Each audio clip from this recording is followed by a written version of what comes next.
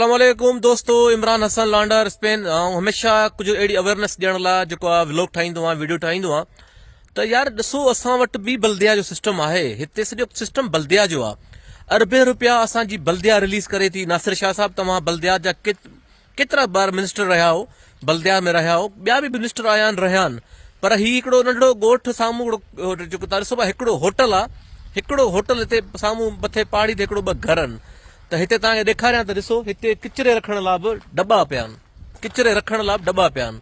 हीउ साम्हूं ॾिसो, 3 दॿा पिया आहिनि त बाबा हिते किचिरो विचिरो रखिजे, त माना पंहिंजे माहौल खे साफ़ कजे। सो जेके असां सां जेके असांजो सिहत जा सफ़र आहिनि, उहे तव्हां अरबे रुपया लुटे तबाह करे छॾिया आहिनि। पोइ तव्हां चओ था त बाबा असां सिंध जी पार्टी आहियूं, असां सिंध जा हुकुमरान, सिंधियुनि जे लाइ केस विढ़ूं पिया, सिंधियुनि लाइ विढ़ूं पिया। छा तव्हां सिंध लाइ विढ़ियो आहे? सिंध जो माण्हू त बाबा हीउ ॾिसो, हीउ को बाल्टी एतिरे को करोड़नि रुपए जी त कोन्हे। तव्हांजी बल्दिया में करोड़ रुपया जेको फंड रिलीज़ थिए थो।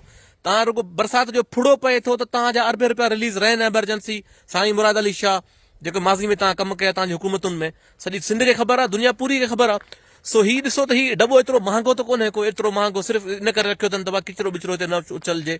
सो अहिड़ी तब्दीली घणी पैमाने ते आणे सघिजे थी। साईं नासिर शाह साहब, साईं मुराद अली शाह साहब सैयद आहियो, रुगो तव्हां वटि इक़्तिदार आहे। सिंध में सैयदनि खां बग़ैर त ॿियो को आहे ई कोन।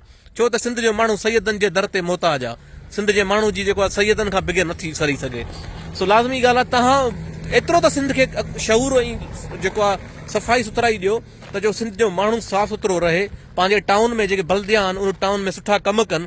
सो एतिरो त तव्हां ज़रूरु करे सघो था। एतिरो त तव्हांजो बि हक़ु आहे जो तव्हां पंहिंजे सिंध लाइ कुझु कयो। पर इनशाला कंदो त तव्हां हुई कोन।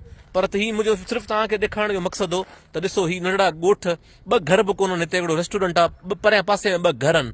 उनजे ॿाहिरां ॾिसो रोड रस्ता ॾिसो, किचिरे जा दॿा ॾिसो कीअं पिया आहिनि।